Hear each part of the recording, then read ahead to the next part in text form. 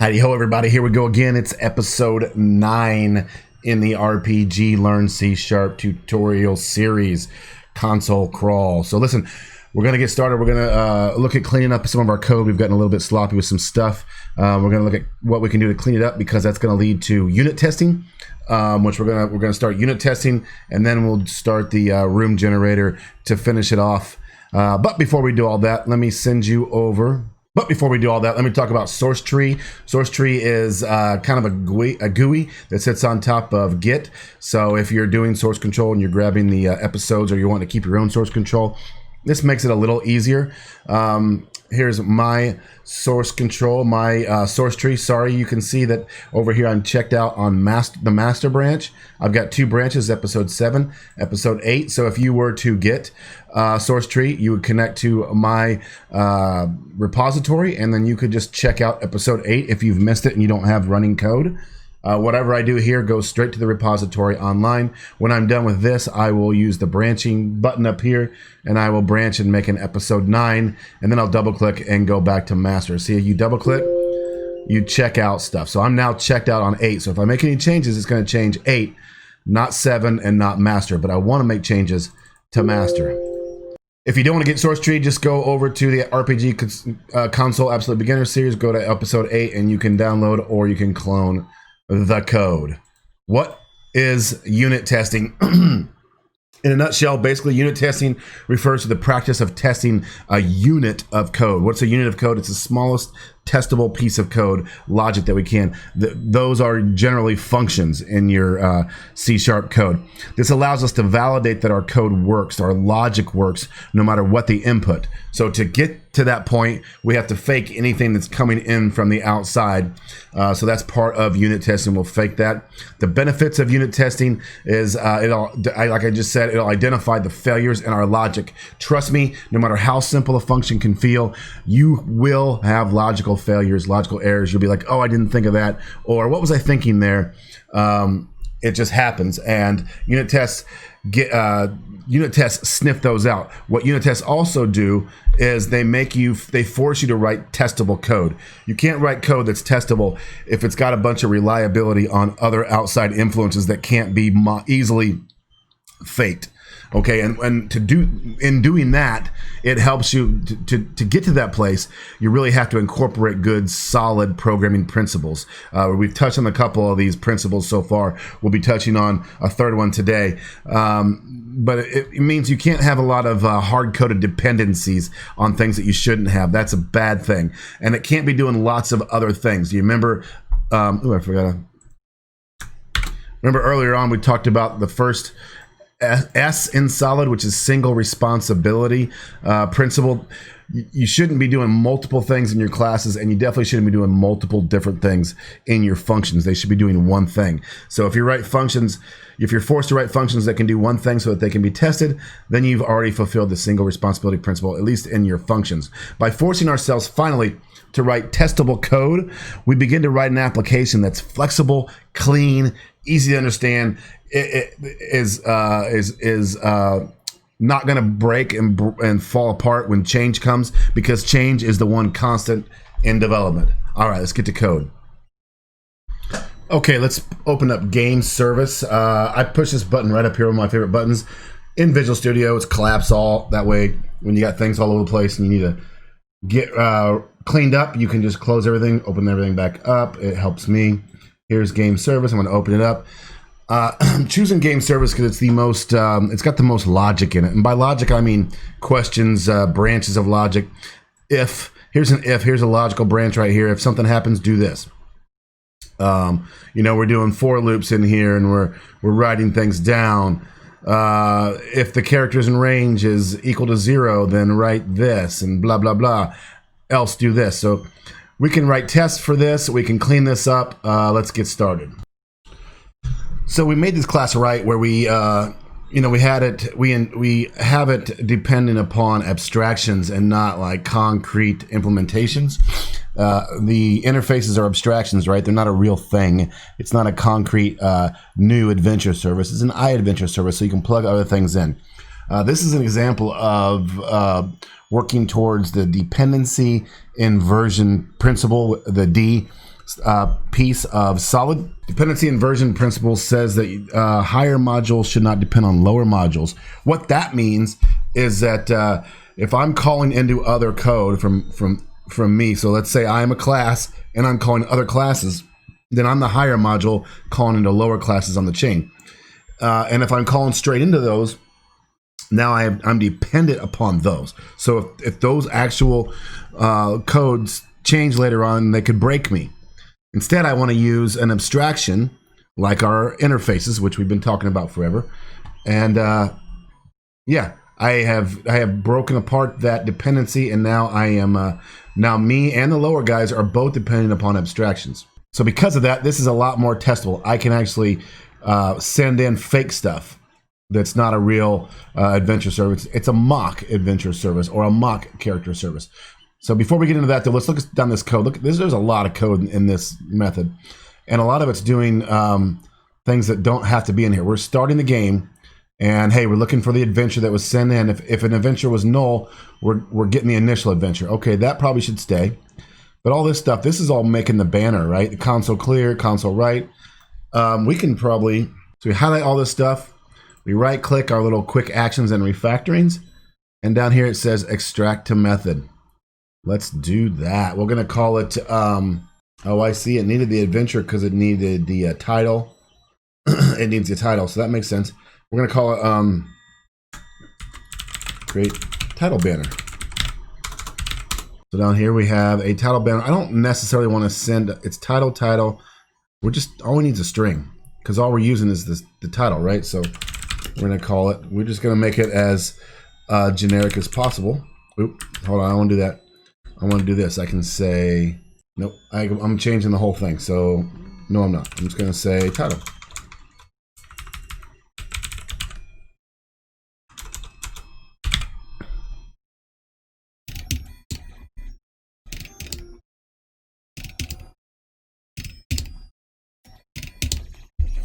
There we go. We've just extracted it to a private method so that we don't have to see all this junky code up in here.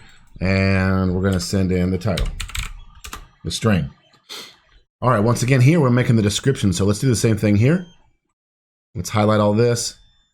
Quick actions, extract to method. We'll call it create description.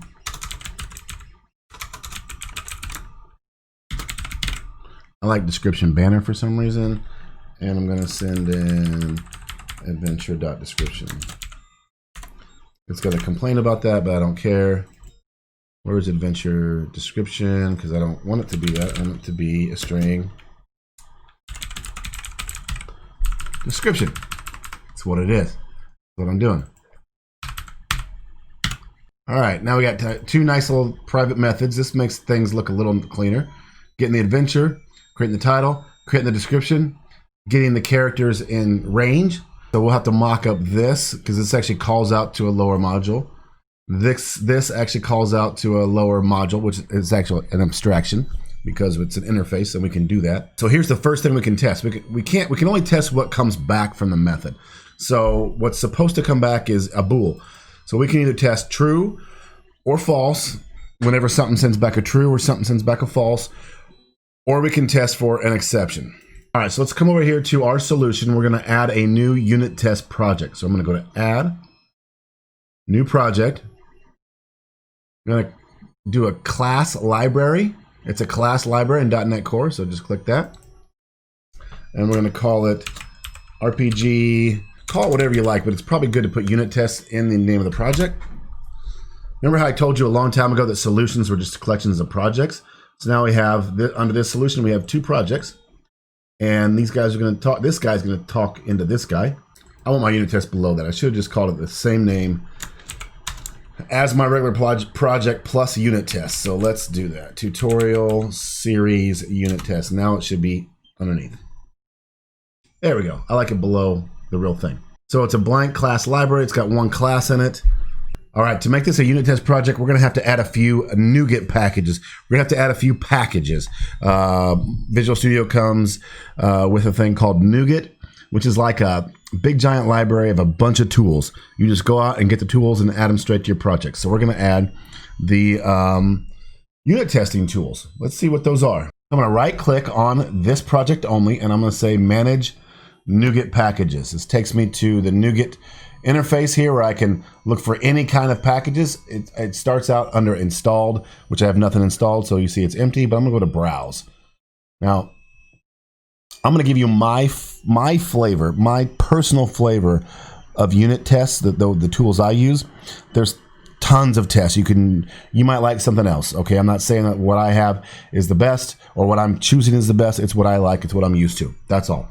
But the first thing you got to get, probably if you don't already have it, is the test.sdk. So we'll go up here to the search and go test.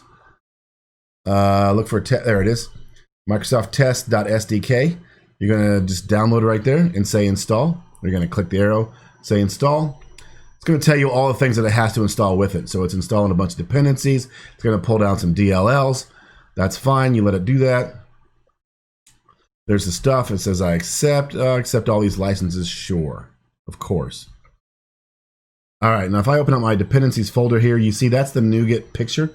Nuget packages. There's Microsoft.NET test.sdk. Okay, that's the first thing we want.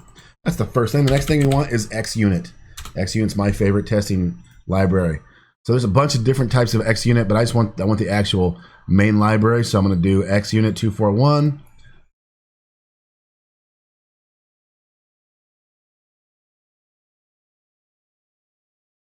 You see I got XUnit 241 there. Along with XUnit for mocking stuff up, I like to use mock, M-O-Q.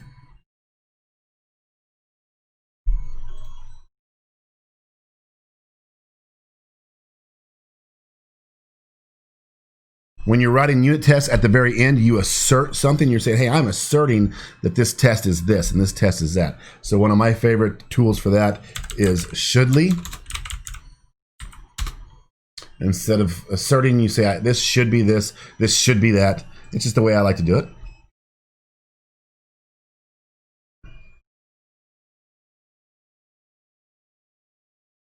And then finally, you're going to do the XUnit test runner, so Visual Studio can find the tests.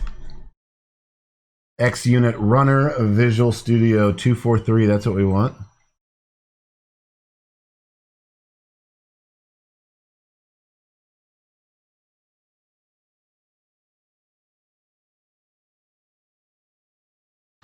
All right, you can close this, close that. Now let's go. Let's rename this class that it gave us, and we're gonna be testing the game service. So we're gonna call this. We'll probably put these in folders later on, but we'll just call it this for now. Game service unit tests. We'll just leave it right here for now. Yeah, sure. Which means we'll probably have to change the namespace later on when we do this, but whatever. All right, so I'm ready to write some tests on game service. So I need to create myself a game service to test on. So private game service equals game service. Doesn't know game service because this is a separate project. It has no idea where this is at, but it can look around and it'll see. So if you do your light bulb, it's going to say, you want this one? Yeah, now we're pointing right here. Good, so we got game service. Now, game service takes our abstractions. To make a game service, you got to have an iAdventure service and an iCharacter service. So let's make mock-ups of that. We don't want real ones because those are interfaces. Remember, you can't actually create a real interface, from just the interface. You have to create something that inherits from it. So we're going to create a mock version of it. So we're going to say private mock, and this goes with the mock framework we just pulled in. So if I were to pull my light bulb down, yes, I want to be using mock. And mock is like, what type of thing am I making? I'm going to make an iAdventure service. I'm going to call it mock adventure service, just so I know. And it's a new mock iAdventure service. Same thing with the character service.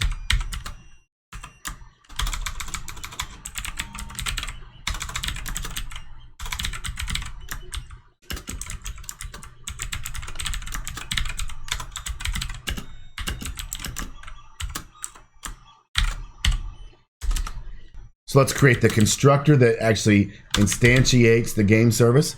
Now that we have all the things we need, actually we don't, hold on. Game service unit tests.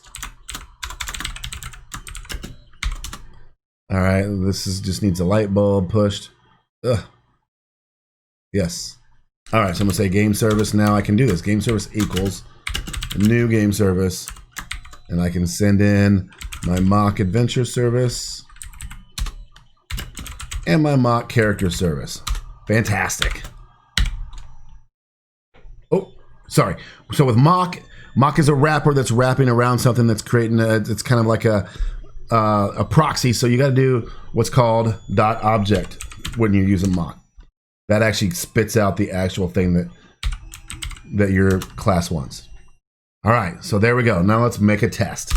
To make a test, you do what's called, you decorate your method. These are called decorations or attributes. And this attribute is fact. Fact is saying, that's what XUnit uses. So you can see over here, class XUnit fact attribute. That's saying, hey, that tells Microsoft, or that tells Visual Studio, this is a test, sir. And let's write a test. Public void. What do we want to write? Happy path. This isn't anything right now. I want to see what happens as I call it. As we go all the way down, let's just see what happens. So I'm just going to call the game service start game and say that it should come back as true. Now there's 3 parts to every unit test. There's the arrange, the act, and the assert part. So you might want to go ahead and just write this in there. Arrange, act, and assert. There should be 3 sections to every one of your unit tests that do these things. Arrange is, hey, I'm setting all the stuff up. Act is, hey, I'm calling the method. And then the assert is, hey, this is what I think is going to happen. And when all those go right, you get a pass test. But right now, I'm going to just go be silly and call the thing straight out. Start game. And here I'm going to use my shouldly. And I'm going to say should be true. Right? Because that's what we think should happen. So I'm just going to send this in. I'm not mocking anything up. So we're probably going to have some disastrous results here. But let's see what happens. So I am going. Oh, before I do that, look over here on our left-hand side of the screen. Here's our Test Explorer. All right. So if we go over here to test. So if we go to Test Explorer, open it up, you can see that XUnit test runners already found that I have one test. It actually ran a test. You can see it's all green. If I look at next to the test, you can see I have this little green check mark right here. It says test passed. We can actually step into it. So I'm going to click here. I'm going to click Control RT, and it's going to start this one test for me. Sheesh. So I can hit F11 and step into, and now look, I'm actually in my game service. Okay, and remember we set up, no, we didn't set anything up yet. Hold on, we'll get back to that. So let's just see what happens if we go through here. Adventure equals null because I sent in a null. It's going to try to get an initial adventure, which I don't have anything set up for my mock. See, it says it's a mock service, right? So nothing's going to come back. And then look, I have an exception. Okay, so how did I get to true? Something went wrong. It's just going to throw an exception. It's going to catch the exception. Look, we write the exception to the console, and then we return true. So this is probably... Okay, so look, unit tests just taught us something, right? Already. We're doing something wrong with our exception. We probably want to return false when we catch an exception so that, we can handle that on the outside. Because return true, when you've blown up is not a good thing. So there you go. Yay, unit test. We already know something's wrong. But let's actually test real stuff. Let's make another test. And when you're making test names, make the name specific so you know what you're testing. So let's say method should return exception when service throws exception. I know this seems like a crazy name for a method. I wouldn't suggest naming a regular method like this when you're doing stuff. But when you go to your Test Explorer and you start pulling this out and you start looking at tests, you can expand this and you can see what your tests are doing. So, okay, it's a quick way to see what's going on when you have failures. I like to do it this way. All right, so now let's actually set it up. We need to arrange something. So we're going to arrange our mock service to send back. Let's do our mock adventure service to throw an exception and see what happens. Now we already know we're not doing it right in our method, but let's just see what happens. So with mock, when you set up a mock, something that's mock, you would use the setup method. So it's the very first thing. So this might be really confusing to you guys who haven't tested or haven't coded a lot. just follow my syntax. It will come clear to you eventually. I just want to kind of show you how to run over these real quick, and then you can follow a lot of the syntax with other tests, and it'll click eventually. Trust me, don't get bogged down in the details. So this setup takes an anonymous function inside of it, and the way we do anonymous functions inside of it, again, just follow along. We use a lambda, and so this is like saying, hey, we're passing in the adventure service, which we've called underscore. It's just a convention. And we want get initial adventure, which doesn't take any arguments. We don't have to worry about arguments. With mock, we can say what we should do with this. So we want to tell get initial adventure to throw an exception so we can see what happens. All right, and then we act and the assert are probably going to still be at the same time because we're going to use shouldly, which is the assert. But because it throws an exception, you kind of combine act and assert together. Again, just keep with me, please. So we're saying this should throw an exception. When we call, again, it's an anonymous function. When we call game service start game, the way we have everything set up, it should throw an exception. That's what should happen, right? Or maybe we should say should return false. We know whatever we're doing, we're not doing it right. And this will fail because we're not throwing an exception. We're catching the exception and then returning true, which is ridiculous. But I just want to show you how to set up your mocks. So actually, we're going to put a break stop right here. We're going to hit Control RT. Now we've already arranged one of our mocks to send back or to throw an exception. You'll see that happen because we set it up. It's going to do this. So we'll hit F11 to step in. Boink, boink, boink, boink, boink, boink. Now this is our mock service. What do? We made it throw an exception, and boom, it threw an exception. We could have even added the message if we wanted to, but it returns true, which you can see right here. This blew up and said, wait a minute, you were asserting that it was going to throw an exception, but it did not. Very cool. And we'll fix that because we know that's a problem now. Okay, so now we know how basic stuff works. And you can see that this failed, so that's okay. We know we got problems. Let's go over to our game service. Let's look at the logic the game service has in it. What are the things we can do? Well, this method only does two things. It can do three things. It does bool, so it's going to return a true, or it's going to return a false, or maybe it will throw an exception. Okay, those are the three things that this can do right now. So we can only test for those three things. Returns true, returns false, and throws an exception. So where do we return false? Okay, here we go.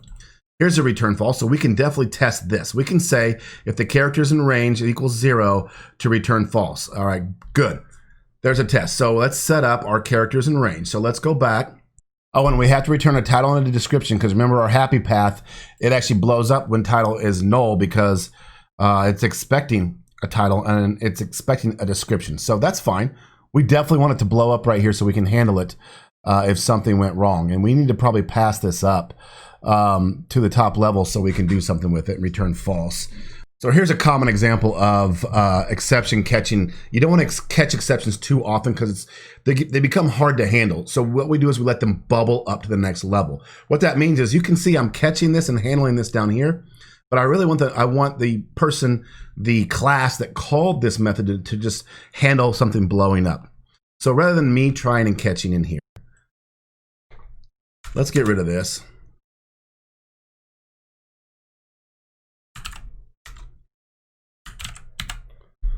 And let's go to the thing that called it. So if I go to references, you can see now I can see my unit tests which reference it. And here's my program, and then there's my interface. So I'm going to go to the program. In case you didn't catch what I just did, right above the method, you can see where there's how many references is referring to this method. Look at this. So if you look at this, you'll also see that there's 1 of 3 tests passing, which is very nice. So right in here, I know lots of bad things can go wrong in my while. Creating character, loading a game, starting a game. So this is where I'm going to put my try catch, I think. Probably a better idea. Yeah, I know it's a better idea. That way I can handle it on the top level and say, hey, something blew up. And I'm going to handle it. I'm still going to handle it in a good way, in a nice way. But But this is the better place to take care of it and to show what's going on rather than return true after something blows up. That's just stupid. Here I can actually get the message. So that's all right. Yeah, so this is a better idea. So now, actually, one of our tests should pass because now we are going to throw. We're not going to catch and swallow our exception. So if we go back to our unit test, hit save, this test now should be working because it really should throw an exception. Let's see that happen. And there you go. You see that it threw the exception. Now we're doing things right. I actually ran them all by accident. I'm going to go ahead and, this is no longer true. This isn't even helpful. It was just for me to see what's going on in my code.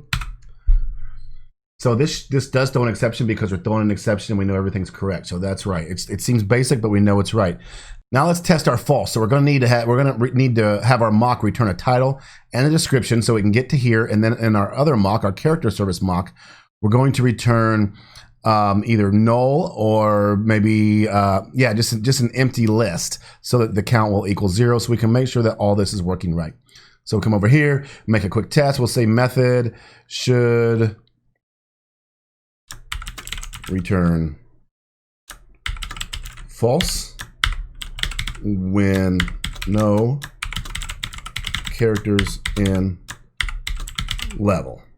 Characters in range. Let's do that. Let's change it to range since that's what we called it.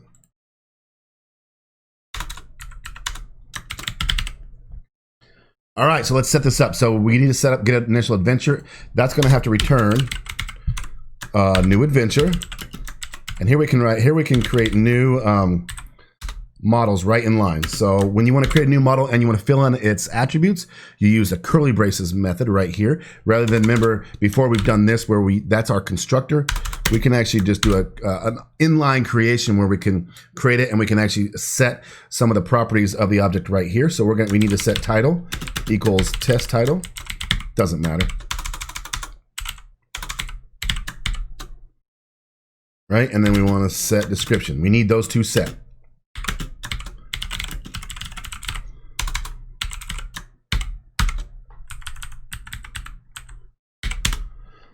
Okay, what else? And then we need our mock character service. We got to mock that up, and we got to set that up to return an actual empty string.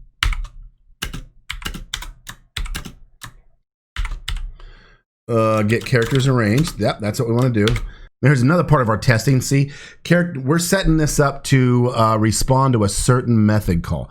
So if I were to set minimum range 0 and 2, then down here in my act, I would have to send in these exact numbers to get back what I want.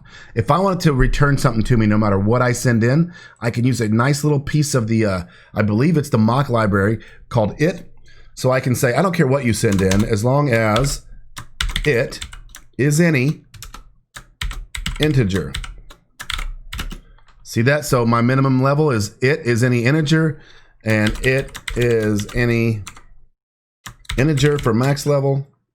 And then in my test, I can send in anything I want. So, and it's going to return. I needed to return a character list. New character list. No, it's going to be a new list of characters, right? So new list of characters. And that's it. Got to bring in my right using statement. And now I'm returning an empty list of characters back. This should return false. So now I'm going to act. This is the first time we've done this. Now I'm going to act. The act is just this. I'm probably going to need to send in min level or max level, or it should blow up because these will be nulls. Let's just see what happens. I'm pretty sure it'll blow up, but let's just see what happens. This is where unit testing. We're testing our code out thoroughly. And so I'm going to assert. So my hope is that this actually returns something. So I can assign it to something. So I can say method return equals game service start game. And here I can test. So I'm going to say method return should be false. Boom.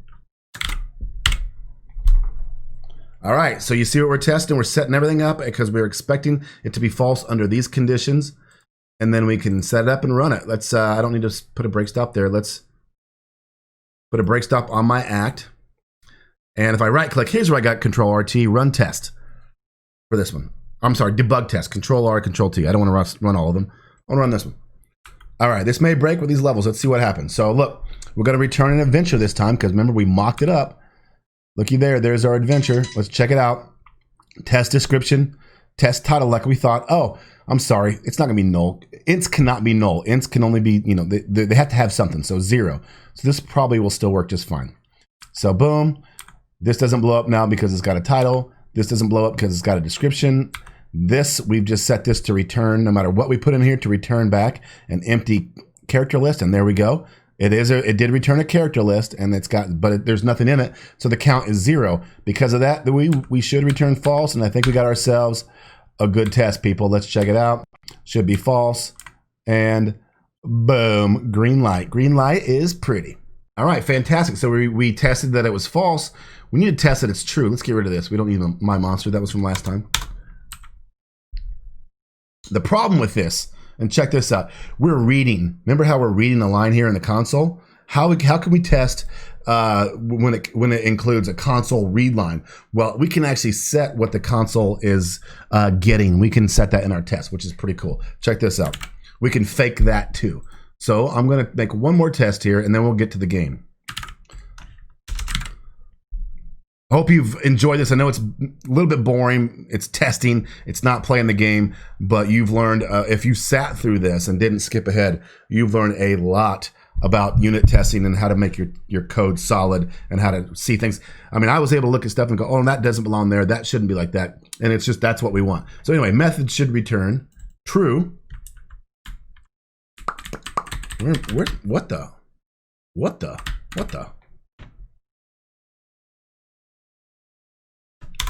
Wow. Method should return true when, I can't double click on it because it's all one word. When method should return true when there are characters in range. So now we need to actually return a real character, and as well as, you know what, I'm going to make a new character list. I'm going to say var car list. I hate that. I hate abbreviating. Character list equals new list character. Remember how we did an inline, remember how we did this over here where we were able to do it inline? We can do that with lists as well. I can drop down and, what are you doing? What are you doing, Visual Studio? Stop flipping out. I like to do it in this manner. It's easy, so I can make a whole list of things here. I'm gonna make one new character. And remember, we can do it this way. We can do name.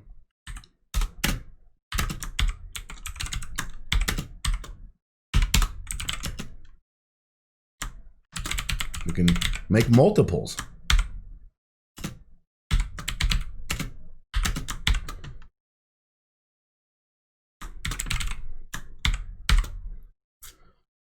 Then come down here and do a semicolon. So now we have a character list that we can actually return. And then here's how we do this. Check this out. I can go to console. We have to do this if we're doing read line. We got to fake what's being read. So I'm going to say set the input. And this, as you can read, sets the console in property to the specified blah, blah, blah. So anyway, this is what it's getting in. We're setting up what the console is getting in. And we know that the console is expecting to be able to, oh, here's a good test. It's expecting to be able to convert whatever it gets into an integer. So I say we also test that it throws an exception when it doesn't get a good integer. That's what I say. Let's try that. Let's just make sure that works, because that's what we'd expect it to do. So we're going to test and see if it does what we expect. So here I do a new string reader, which is what you put in the set in. It's text reader, string reader, and I'm going to say 0. Oh, I got to put a string in. Duh. So this is pretending that a user clicked the number 0. Because remember how we list out the characters in order 0, 1, 2, what? So top would be 0. So everything would be fine. We need to return this list of characters, or else it'll be no characters, and so we won't get anywhere. So we can't do an empty character. We're going to return the character list that actually has characters in it, and it should do 0, and we should start game, and then this should be true.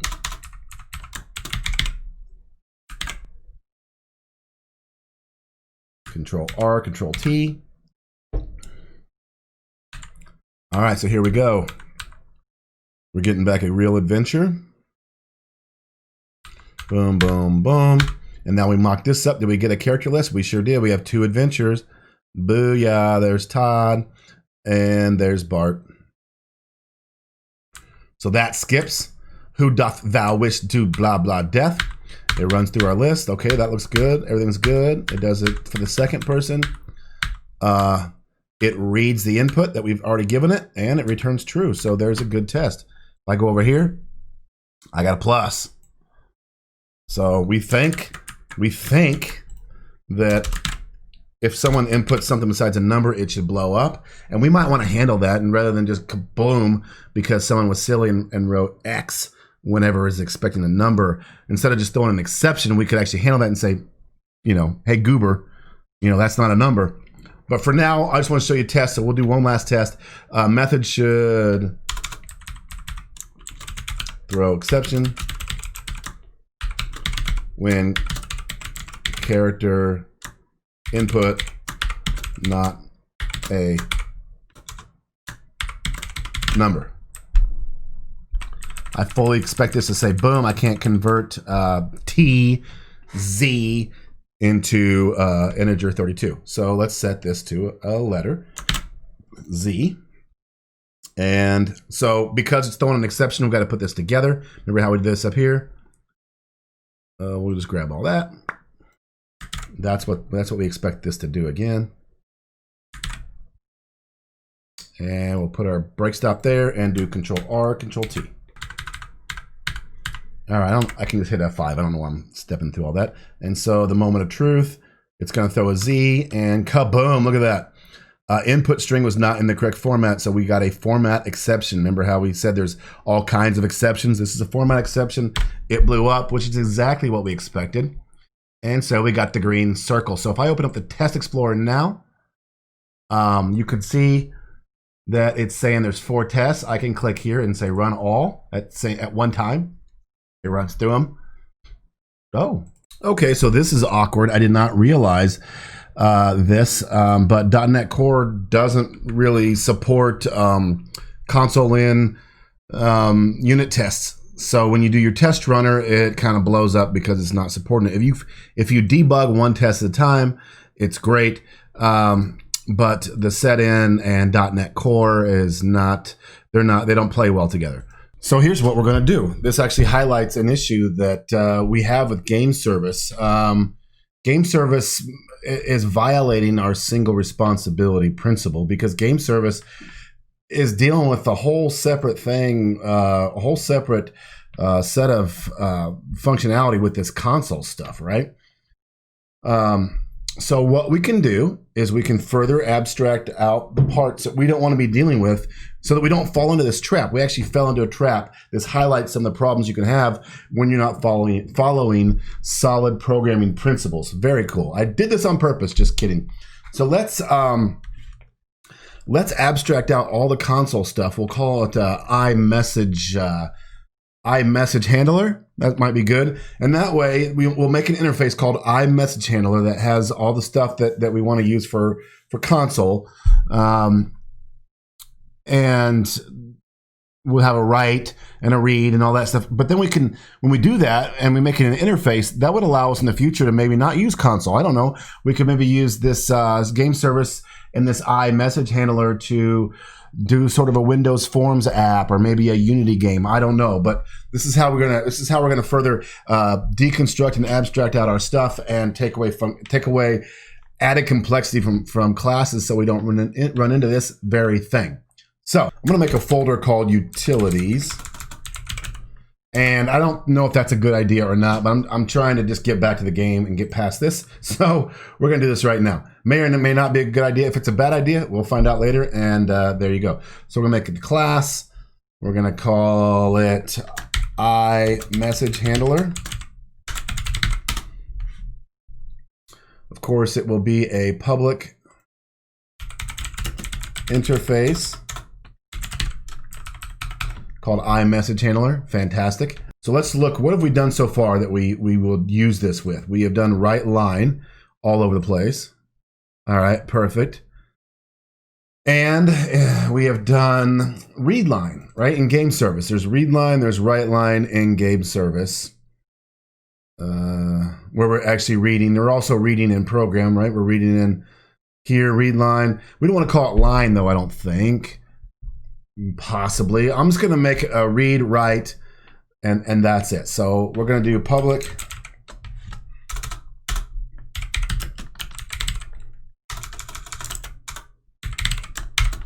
and no, sorry, public void write, and it will take in a string message,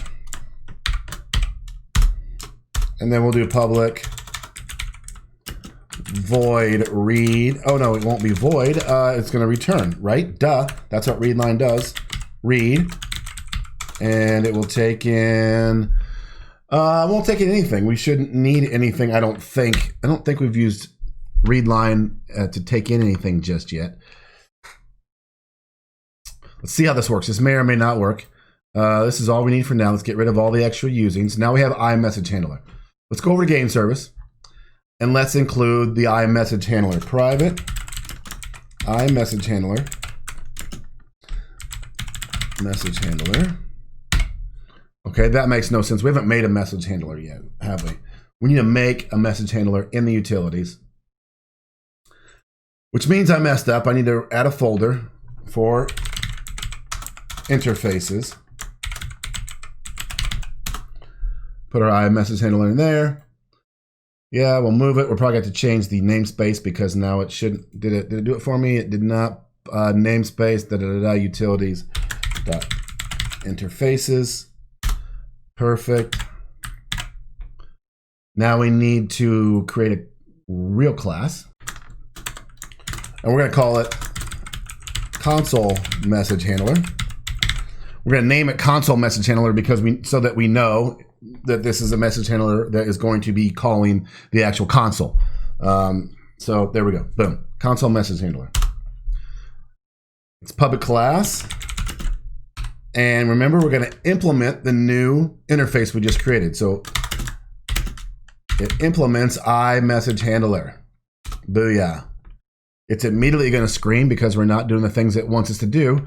We did not implement our two methods, and so we can just have it do it for us. Implement interface, and there we go. All right, so this will be easy. So now anytime that we call write line, we can do in here we're going to do console.write line, and we're going to write the message. Now we know we've taken out the console functionality. We've taken out .NET Core having a problem running tests because we'll be just calling. We'll be calling an interface, which is an abstraction, which we can mock. I hope that makes sense. And here we're going to say return console. Oops. .read line. Ret run. Ret run. There we go. Pretty simple, right? Now, because we've done this, let's just take this out and let's see this work. So in game service now, I've got an iMessage handler, and I need to instantiate that. So whenever we call game service, we're going to have to send in a message handler.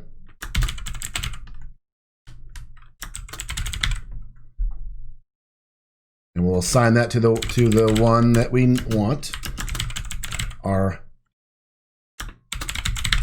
class message handler. Now that we have this, where do we have it? Okay, create title banner. We know we have it here, right? So we're going to go to definition. Ooh, clear. Okay, I want the console completely gone. So perfect. We got a few extra ones that we didn't think about. So we got to do clear, we got to do background color, foreground color, all that stuff. All right, we'll get that figured out. But here's our write line, and there is no, here we're just writing a line so that we write a line. So we actually have to come back here and say that message is optional. That's the way we can say, hey, if you don't send a message in, we're just going to make it a blank space, so that we don't force the user to have to, or the code to have to send a string in. So now we can come over here. We got to implement that. Now we can simply say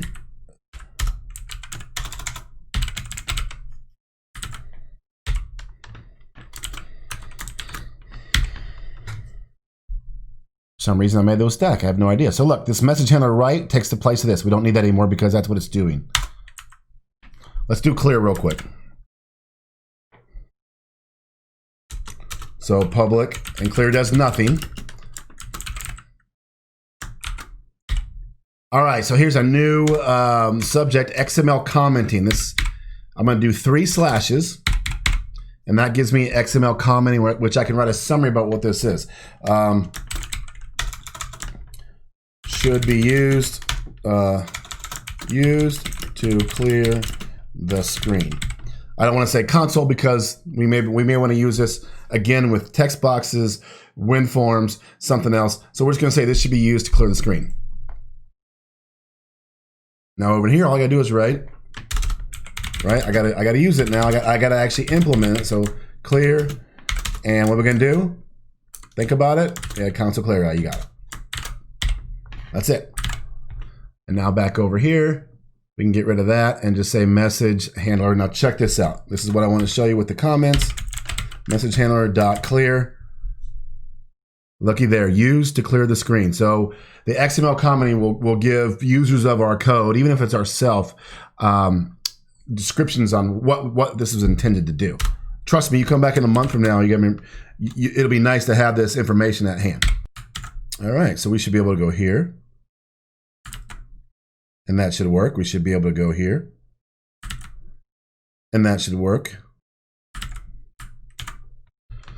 You know what I'm going to do is I want to take system. I want to get rid of system so that it screams at me any place I might be using.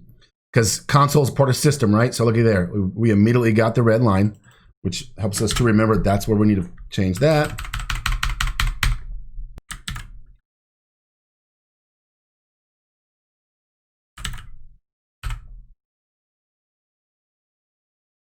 Okay, I want to get convert back. I'll put system back, but I'm just trying to remember where to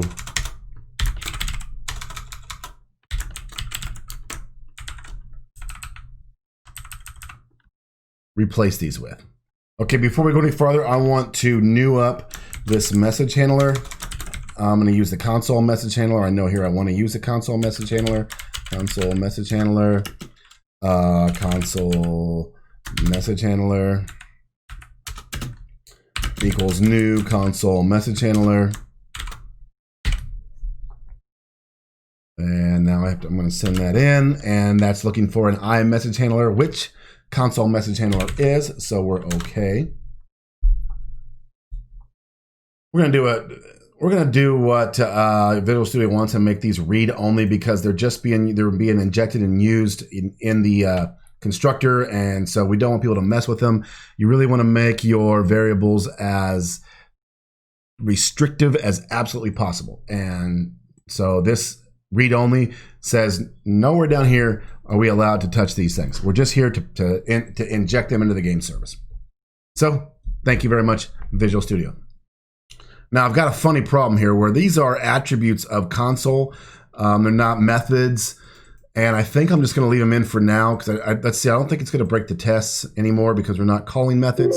Got something. Let's see what happened. Oh, okay. So in our test, now we have to mock up. Oh yeah, I'm sorry, I didn't even mock up our new object. So private mock iMessage handler.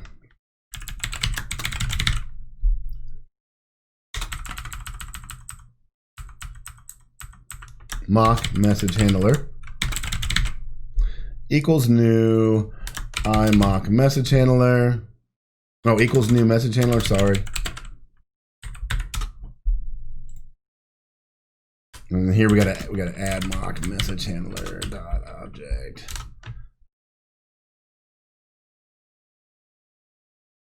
All right, and down here, didn't we do something with console? Yeah.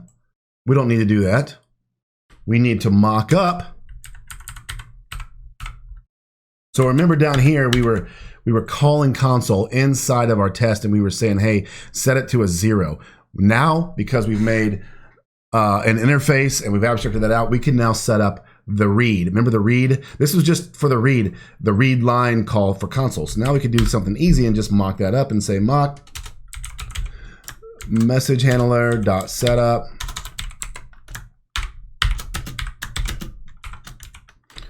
read.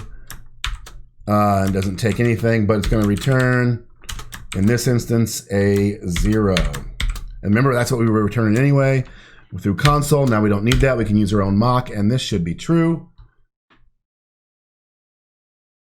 Same thing here. We want to do Z's because we want to see if it breaks. So down here, I'm going to take that, mock that up, return a Z, and that should throw an exception, and we can get rid of console here. All right, same test, everything's the same, but now we've mocked our stuff up, so we've taken console out of the mix. We can get rid of system IO, and let's run our tests.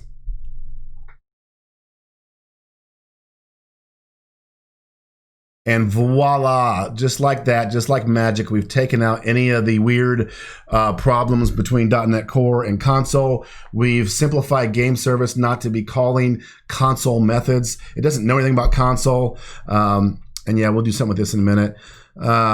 This probably wants to do read only too. It does know about some console attributes, and maybe we can do something better with that later on, but I think we're doing really good right now. We've got our own message handler that can be popped in and popped out for other things. We can send in, we don't have to send in a console message handler here. We could have the option to send in a Windows form message handler, that type of thing. So there we go. Things are glorious. Let's start the game. All right, back to game service.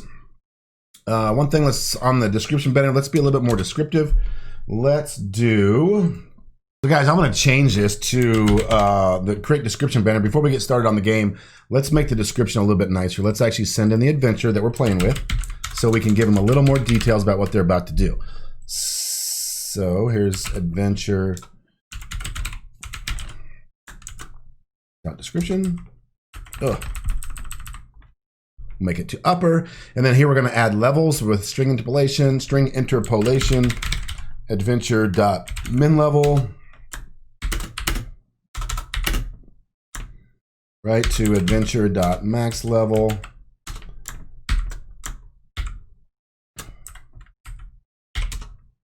and then message handler.write using our handy dandy new class with a new line. Actually, it's already write will actually give us a line because it calls write line. So this will be a double line. So we might eventually want to not send in that extra /n, but who cares? Let's just do it for now. And we'll say completion rewards. Let them know what happened if they finish.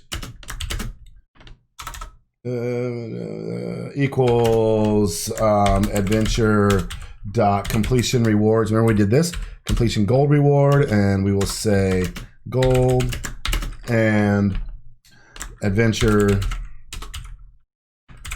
XP reward XP.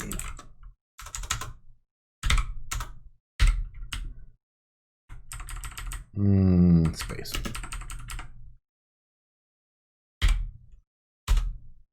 And then another blank message, so we have some, another blank line, so we have some room.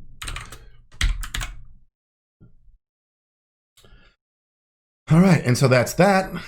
We're sending the adventure in, not just the description any longer. Now down to here, here's where we are at. All right, let's grab the rooms from our adventure rooms list. Remember, adventure has a list of rooms. It's a collection of rooms. Now we have rooms. And let's make a thing called the room processor, because we have all the details that we need to make some funness, some fun decisions, some fun descriptions. We have our room. So we're going to start. We know we're starting with the very first room. So we're going to call room processor, and it's going to take rooms, the first room, which is our very first one, which remember, with lists, it starts with 0. It's 0 base. So 0 is the first one. We're going to send in the first one, and we're going to do fun things. Let's create the room processor. Generate method room processor. And we'll continue to make it private for now and void for now. And yeah, let's see. Let's get going. So should we clear? I think we should clear. Let's do our message handler clear, which will clear the screen. They're playing. Wait, no, that's not going to work. Yeah, that's going to work because we're waiting. So the description happened. We're waiting for them to pick the adventure. They pick the adventure, and then room processor starts. We're going to clear the screen. I still like, let's give it some sort of visual cue that they're starting something new. I don't know. Let's try some crazy big line thing. They're starting something new. Man, we're using the heck out of this message handler. Message handler, let's describe the first room. So message handler write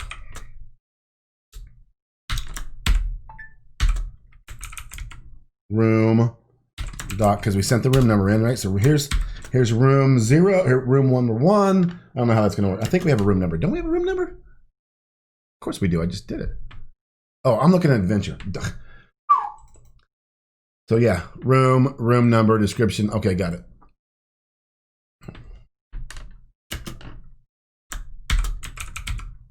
Remember, each room has a description.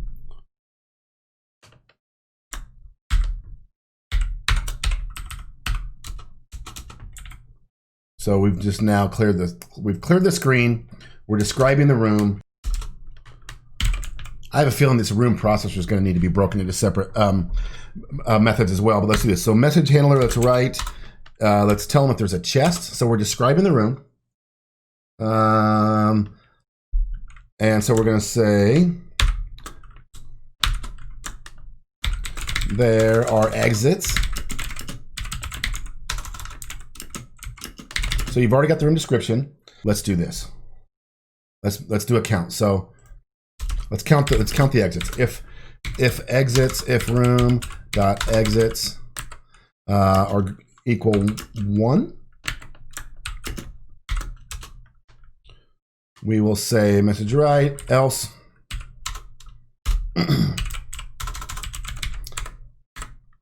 all right, we're going to do a if else with the room. If room x is equal 1, we're going to say something. If not, we're going to do more. So we're going to say, hey, if there's 1, there is an exit. There's an exit in this room.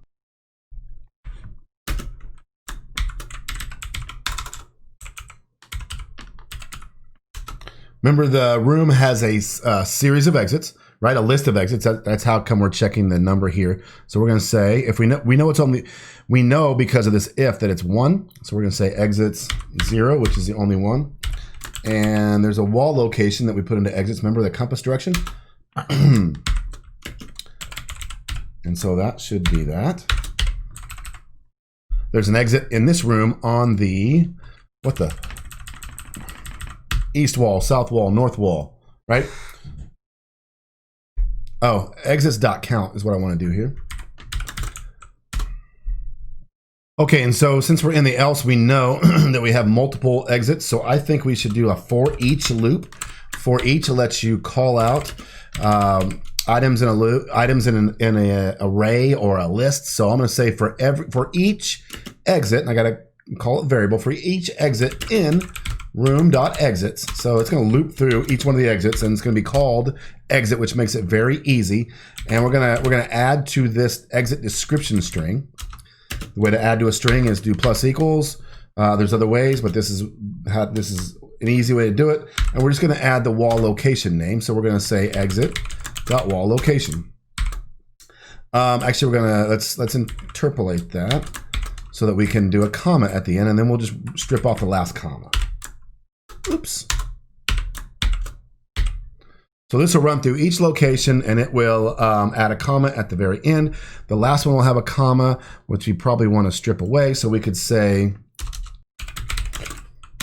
we could just use remove, which is a string method, and just say we're going to remove. When you do remove, let's read it. Returns a new string in which all the characters in the current instance begin at the specified position. So we want to return everything before the last position.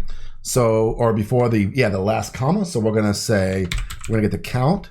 It's looking for a number. So let's say Let's get the length -1 because that'll be the very end. So basically, we're saying remove everything beyond one character. And so then we'll have an exit description with all the exits in it.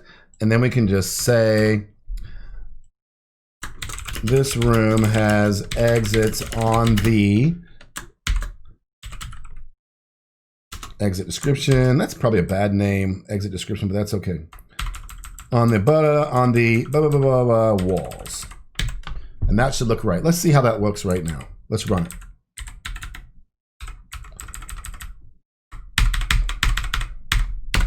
All right, start game. Ooh, what happened? That did something weird. The Duke's Chalet, their title is a little off. So let's figure that out here in a second. I have an idea what might have happened there. We'll go to 0. We're going to start with Conan. Oh, look, we also got our extra descriptions. It's a levels 1 to 1, completion rewards. So we got a little extra information. That's great. Let's jump in and see what happens. So it looks like we're hanging up on the read and the read line. Let's check this out real quick. Number 1, you made it to the entryway. This room has exists. Oh, I can't spell. On the northeast walls. Look, I did not get rid of the comment like I thought. Let's check out what happened. Right here's where I thought it was going to happen. Why didn't? Oh, you know what? I probably got to do. I didn't assign it to exit description. So I'm going to say exit description equals exit description remove 1. You know what? We don't have to do that. Let's just stick this right in here. Let it do it right inside of that. There we go. We have an unneeded line. This room has exists on the north, east walls. Perfect. Okay, so how do we break our banner? Oh, check this out. I see what's going on. So this is great. Here's console right. That's a problem. Get that out of there. So remember how before we went through each character in our for loop here, and we added an asterisk, right? But I think before we weren't always calling right line. We were sometimes just calling right. And in console, just right doesn't give you an extra line break. So how do we remember that? Here's something really cool. Let me show you this. If I go over here to this game service, I can right click on this file. I can go to history. If you've been keeping up with Git and check-ins, you can go over here and see your history. Remember how we made an episode 8 at the beginning? So I have a fresh copy. I can actually see what I had at the beginning of this tutorial. So before I changed everything, yes, right here, I was doing a console right, and I was doing a console right. So that presents a problem because we created a message handler that didn't have the ability to not skip a line. So I suggest we go back to message handler, and in here we can just add an extra flag, boolean, a bool, with line. We can call it with line, and we'll give it a false so that we don't have to send it in. We'll give it a true. So if you don't send it in, it's gonna pick true no matter what. Now we'll go back to our real message handler, our console message handler. This will be broken because we don't have it implemented correctly. So we're going to say boolean with line equals true. And that will allow us to just easily say if with line, do the right line,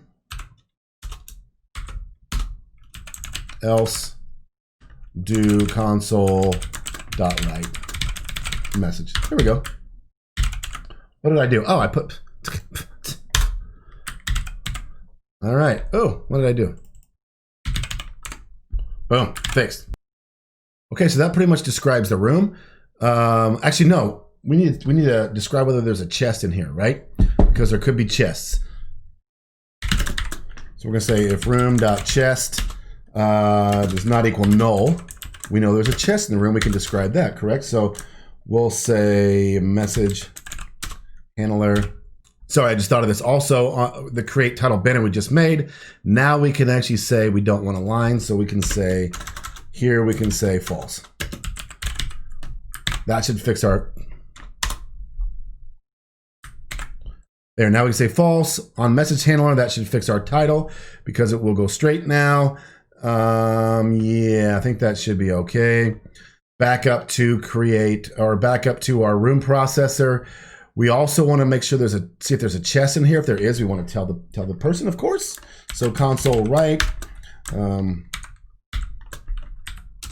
Should I make the color different because there's a chest? I don't want to put much console stuff in there, but I feel like I kind of should. So, nah, we might do that later. That'll be eye candy for later. Let's just keep going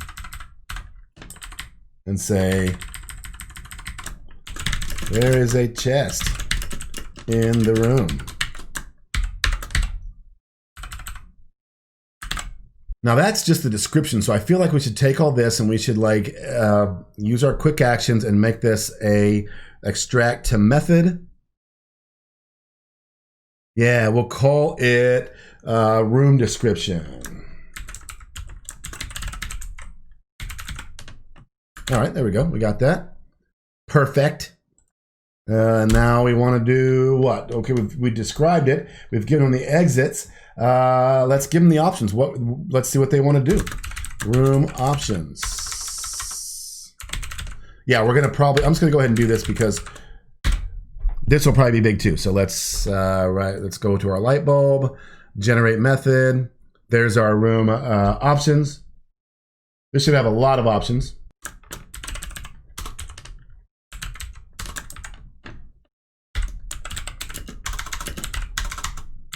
What would you like to do? We've just described the room to them.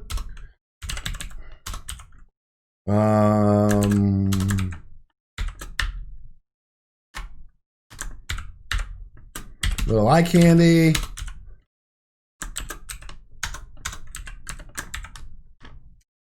So here are the options. What can they do? We'll do this. We'll do L with the thing where they used to do it in the old days with the parentheses to kind of give them some indication that that's what we want. L, look for traps. Yes. And we're gonna make looking for traps a risky endeavor in the future. Not today, but we won't be able to look for traps every single time and there'd be no ramifications, right? That wouldn't make any sense. So they can use an exit.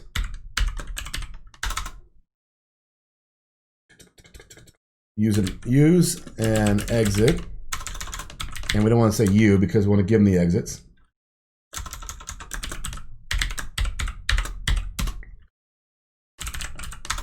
We'll do the for each again.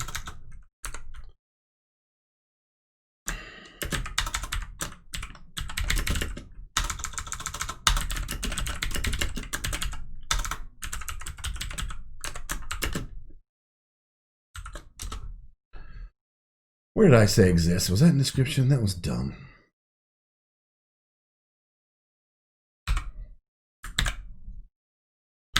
Let's do this. Let's do, because these aren't east, west. These aren't letters. Okay, so here's what we want to do. We have wall string, which is an E, or wall location, which is an E now. We want to make it two string so that it becomes a string so we can do what's called substring, which means we're going to take a part of it, a part of the string, and substring takes the start and the end, or the start and the length.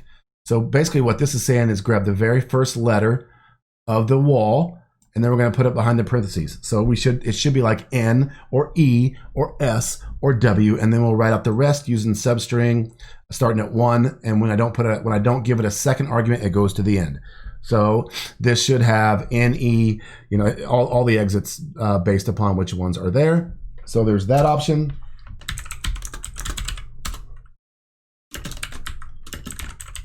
Then we're going to say if there's a chest in here, if it's not null, there's a chest. We're going to give them the option to open the chest. Let's say, man. Open the chest. Or if they're smart, we'll let them check for traps. But yeah, we'll say check for traps, not look for traps. Check chest for traps.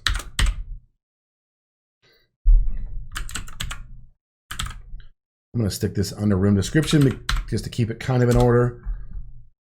I know we've already got it way out of order, but whatever. Okay, let's check this and see what our menu looks like.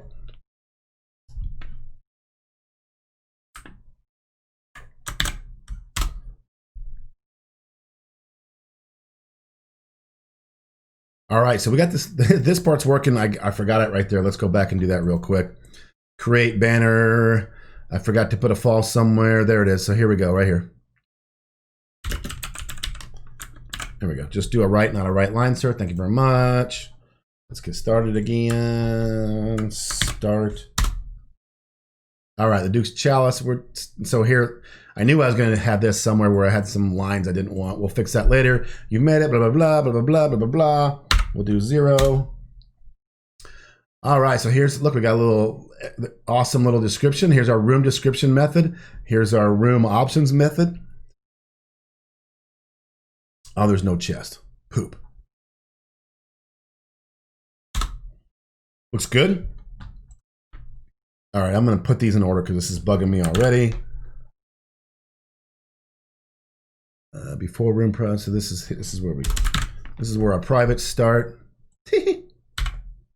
All right, so now we're going to listen to what they have to say. So let's say room decision, player decision equals message handler dot read. Right, so now we're reading in what they said, which is basically read line. And so we're going to do this until they exit the room. So let's make an exit room Boolean. We'll set it to false, meaning they haven't exited the room.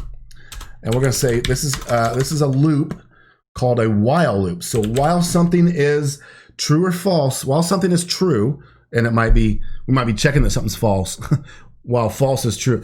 It's confusing. But while something is true, even if it's false, then continue to do stuff until that time, then do something else. So we're going to say why exit room is equal to false. So you can see how that exit room equals false is a true statement, right? It's true that exit room is false. So while exit room is false, keep doing stuff. So we're going to check our cases. We're going to do a switch. Have we done switches? I'm sure we've done switches. Switches are where you get input. Yeah, we've done switches. We did switches on the program. So in here, we're going to do a switch. As we did earlier on in the program, we're going to check out our player decision. So we're going to switch on the player decision. And we're going to say in case of L. I want to do a casing thing here, right? So this is going to come back as a string. See how they returns a string? So we can literally go to lower. And that's because it's coming back as a string. So now we know it's a lowercase. We don't have to worry if they did a capital L or a lowercase l. We're going to say case L, check for traps.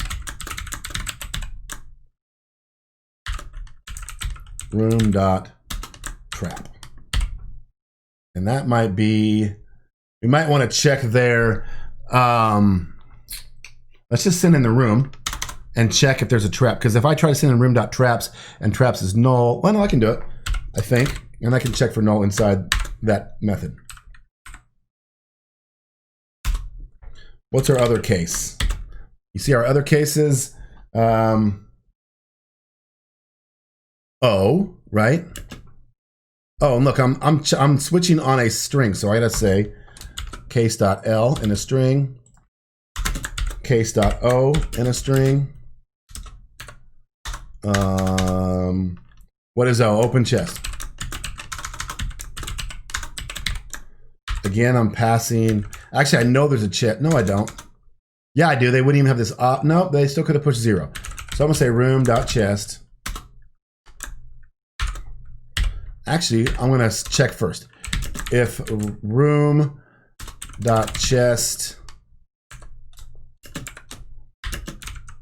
equals null, does not equal null, then we'll call open chest, which doesn't exist. Else, we'll write to them that there is no chest. We never told you there was a chest, sir.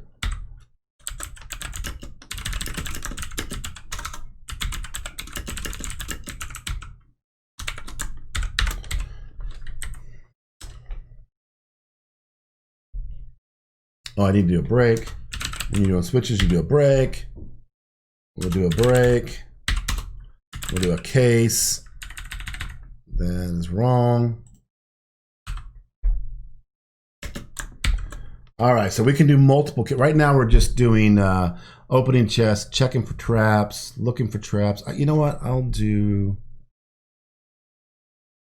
I am going to send this because whether they do look for traps or they do.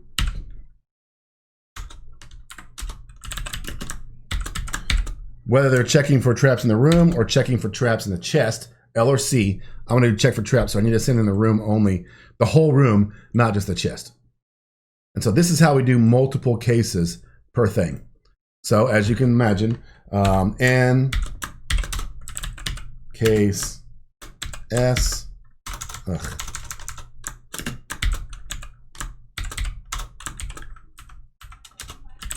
case, E, love you, have fun.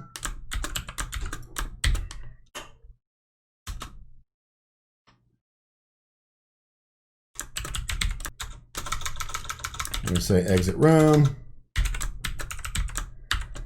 and send in the room so we know if there's traps on their way out. So they might be trying to exit the room, but that ain't going to help them. They still got to get past the trap. All right, light bulb, generate, light bulb, generate, light bulb, generate. So tonight we're just going to do check for traps because we're getting way long. But I want to show you how to randomize some stuff. So let's say we get down to, oh, look, and it made them out of order. Dang nubbit. All right, so we're actually getting in some real game mechanics here, guys. So we are going to check for a trap. So let's try to remember what traps are. So let's say, first of all, if room.trap is not null, then we're doing stuff. Else, we're going to go ahead and just get out of here, right? So we're going to say message handler dot write. You find no traps. Actually, let's set a Boolean. No.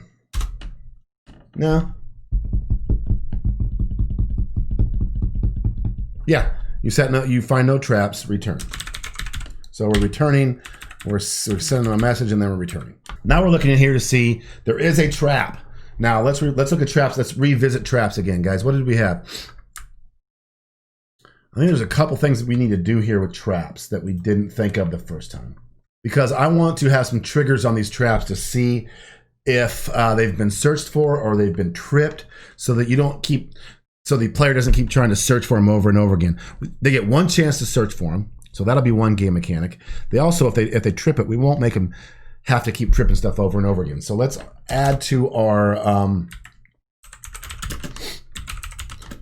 trap model. We're going to say there's a Boolean called searched for, and it's automatically false. Has it because it's never searched for the first time. There's also a Boolean called tripped or disarmed in the case that they can try and disarm it. All right, so back here. So we need to say, so if it has been tripped or disarmed, we're not going to let them check again. So we're going to say message dot write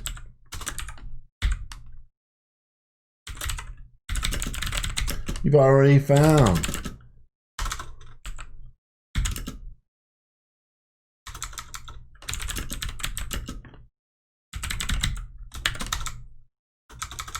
You've already found and disarmed this trap or tripped it. Ouch. All right, so if that's not the case, we're going to see if they've actually looked for it. If room searched for. Oh, we want to return because if they've done this, then we're getting out. We're getting out early. Always exit early if you can. Boom, we're done. But we're still in because they haven't tripped it or found it or disarmed it. So, but they have searched for it. So they don't get to search again. You've already searched once. You don't get any smarter. You've already searched for a trap. Ran.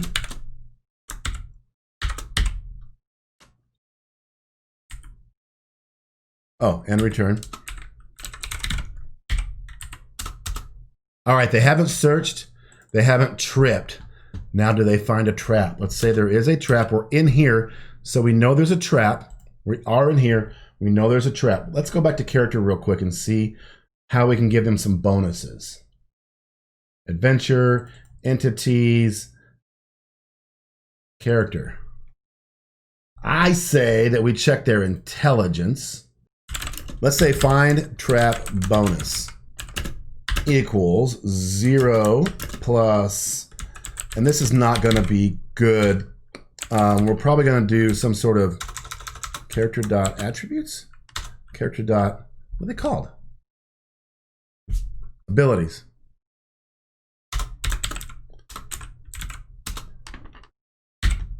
So we're probably gonna do like an intelligence bonus, but let's just go with this for now.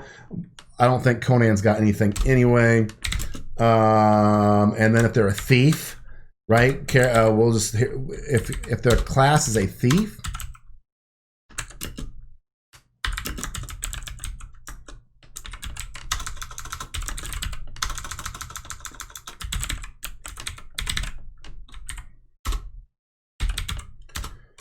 we'll give them a bonus if they're a thief. So find trap bonus plus equals 2. You get 2 bonus points. And yeah, so now they have a trap bonus. So now we're going to have them roll and see if they find a trap. So how do we roll some dice? So we have the concept of dice, but we don't have the concept of rolling dice. We need to make that. So let's do that in here. So dice should have roll dice. Let's create a public method that's going to return the total that's rolled. We'll call it roll dice. And we'll send in a list of dice to roll.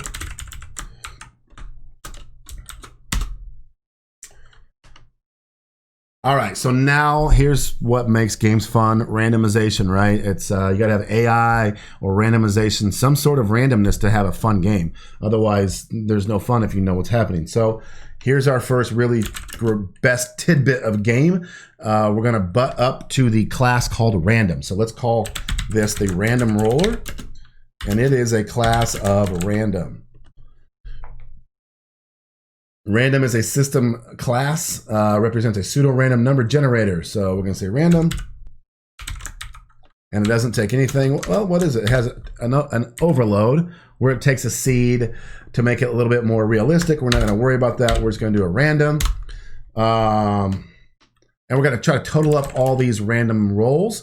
The way we're making this, you can send in 4 6-sided dice, 1 d20, 2 12s, whatever. So var total equals 0 because we haven't rolled yet. We're going to say for each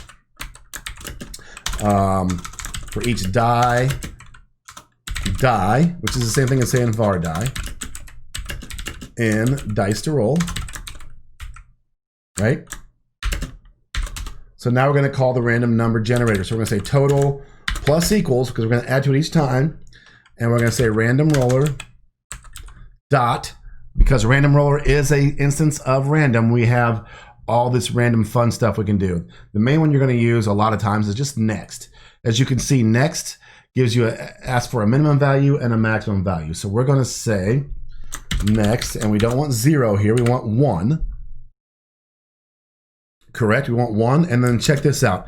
Because the way we did this, where we gave this numeric values, all we got to do for the maximum value is simply to say die, which is this guy in here. We're going through each one of these dice. Die dot, no, die is a number. So yeah, and let's just convert. It's an enum representing the number, so we're going to convert it to a number with integer in parentheses and die, and that gives you the number. Pretty cool. And then we got to return the number. So at the end, we're going to return total. There we go. We just made a random dice roller. Sweet. So now we can say var find trap roll, yeah, equals dice. I thought we had a die. Do we not have a class of dice? Did we not bring dice into here? We didn't bring dice in here. So let's, I hate to do this. We probably will find something different. Let's new up a set of dice, right? So we're going to say var dice equals new dice. Boom. All right, now we have an instance of dice. I hate doing new, but that's it for right now. Find trap roll is going to equal dice dot roll dice. And so what do you say? What do you say? Finding traps. I say characters should have a 40% of finding traps. And you get a +2 for being a thief. So that gives you an automatic, for let's say we're going to roll a d20. Let's just send in one d20.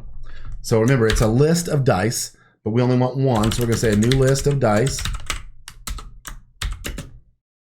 And we're going to send in a d20 with our enum. Look how nice that is. And that represents 20. Don't forget to add our bonus, depending on how smart you are and whether you're a thief. Sorry, that's a list of die. Now we have a find trap roll. So if it's 40% chance, that's what is that? 12? I think it's below 12. So if you get 12 below 12, you did not find a trap, and there is a trap, and you're in trouble.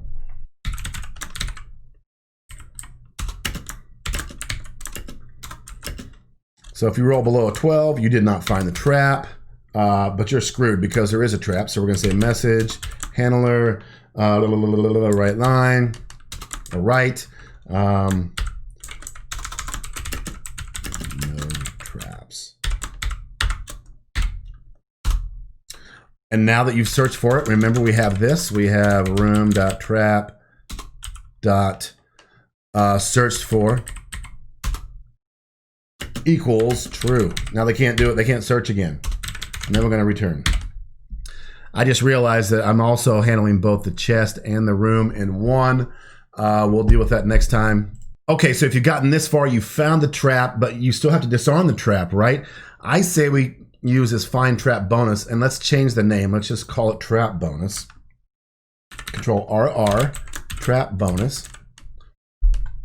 And I say we give you a 50% chance of disarming it, but using your trap bonus. So blah, blah, blah. Let's say var disarm trap equals disarm trap roll equals dice dot roll dice. New list die. Could probably make a d20 right now, but I'm just going to use this again. I like d20 here. Give them, I like the d20 plus your trap bonus.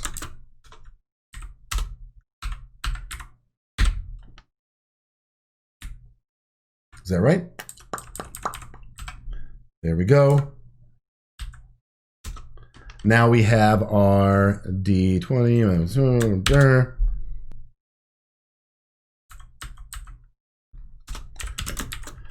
If disarm trap roll is less than 11, kaboom. And we will handle the kaboom next time. Kaboom. You did not disarm the trap. You take 4 damage. Because we know they're all 4 right now. I'll deal with that next time. Disarm room.trap.disarmed. Tripped or disarmed equals true. Actually, that's going to be the same both times, so we'll do that here in a second.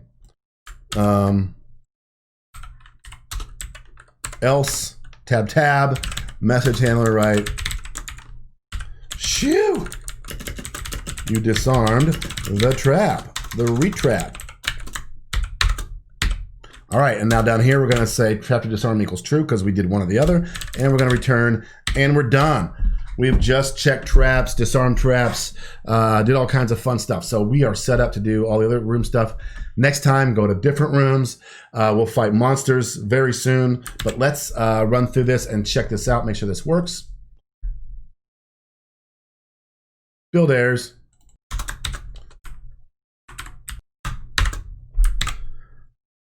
Y'all are probably watching that going, what is he doing? Sorry. All right, before we start this, let's make sure we have a trap. So check for traps. Does the initial adventure have a trap? Go to our bin, go to our adventure, go to our initial adventure. We got to make it have a trap, right? Don't we? So room 0, locked. It does have a trap. Oh no, room 2 has a trap. I want to put a trap in room 1. Just so I can try it. So we'll go after description. There we go. Now we have a trap. Let's step through all this stuff. All right, so here we go. F5. Start the game. Got our completion. We're going to do Conan. All right, what would you like to do? I guess I don't. Let's see this. So boom, boom, boom. Here's our for each loop. You can see it's making 2 loops. So we just wrote that. There's no chest. And then it's reading our decision. So look for traps. Oh, we already seen this, but whatever. Let's look for traps. L. All right, it's checking for traps. It sent the room in. Does it have a trap? It sure does. So we're going to go to the next thing. Is it tripped or disarmed? It sure isn't. So it's going to go to the next thing. Has it been searched for? It sure hasn't. It's going to go to the next thing. All right, here we go. Trap bonus. Okay. So we got to have something for intelligence. So abilities is nothing. So we got to get Conan some abilities. Sorry.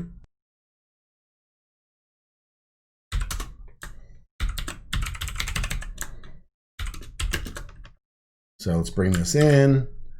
And so this is how it works. Boom, boom. I brought in real C#, so that's not going to work. But this is just easier. I'm going to go strength. What would Conan have? Conan would have 1.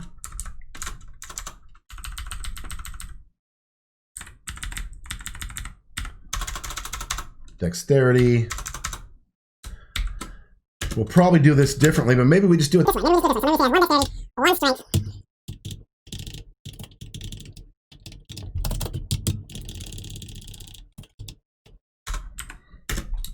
He's not smart. He has a -1. Ooh, nasty. He has a -1 for intelligence. You know he does. You know he does. He's Arnold. -1 wisdom.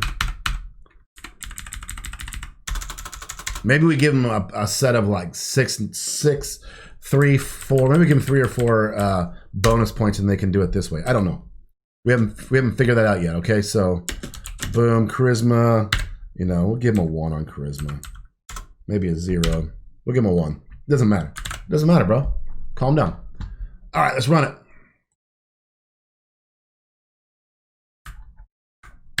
Start. Let's use Conan. All right, I don't need to stop there. I want to look for traps. All right, trap, no.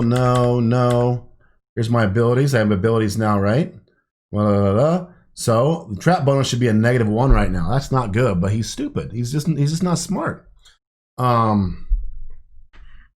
We could probably be a little bit clearer about that, where we could, looking for traps could look at intelligence, disarming traps could look at dexterity, but you know, do that later. So if he's a thief, which he is, he gets a trap bonus of +2.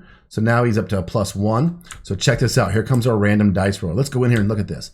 Booyah. Here's our dice to roll. It's 1. We have 1 die, and it's a D20. Super. So we're going to roll through our dice, and we're going to do a random roller. Let's see what happens. 16! Booyah. He found it. So it's not less than 12. So you find no traps. We didn't do that. We're still going. We're going to do disarm trap roll. I should have said you found the trap. So down here, I missed that part. What did he roll for this? Oh, yeah, he's still fine. So, shoo, you disarm. So, am I in an endless loop? I'm in an endless loop. That's all right. We'll figure that out. I already found trap. Okay. How did I get in this loop? We'll figure that out next week. But let's do one or two things here. Not next week. Next lesson. Got to add this. We're down here. We say you found the trap.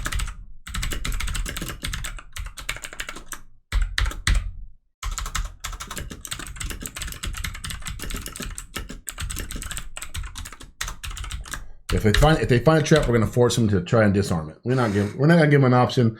What's the option? They're either going to disarm it, get past it, whatever. Okay. So guys, that's it for this lesson. You did unit testing, you did randomization, you did Liskov, you did the Dependency Inversion Principle. Shoo. Man, you've done so much stuff. This has been a great lesson. Remember to subscribe, hit the bell, give me a comment, and I will get you the next lesson as soon as possible. Thanks, guys. Peace. Peace.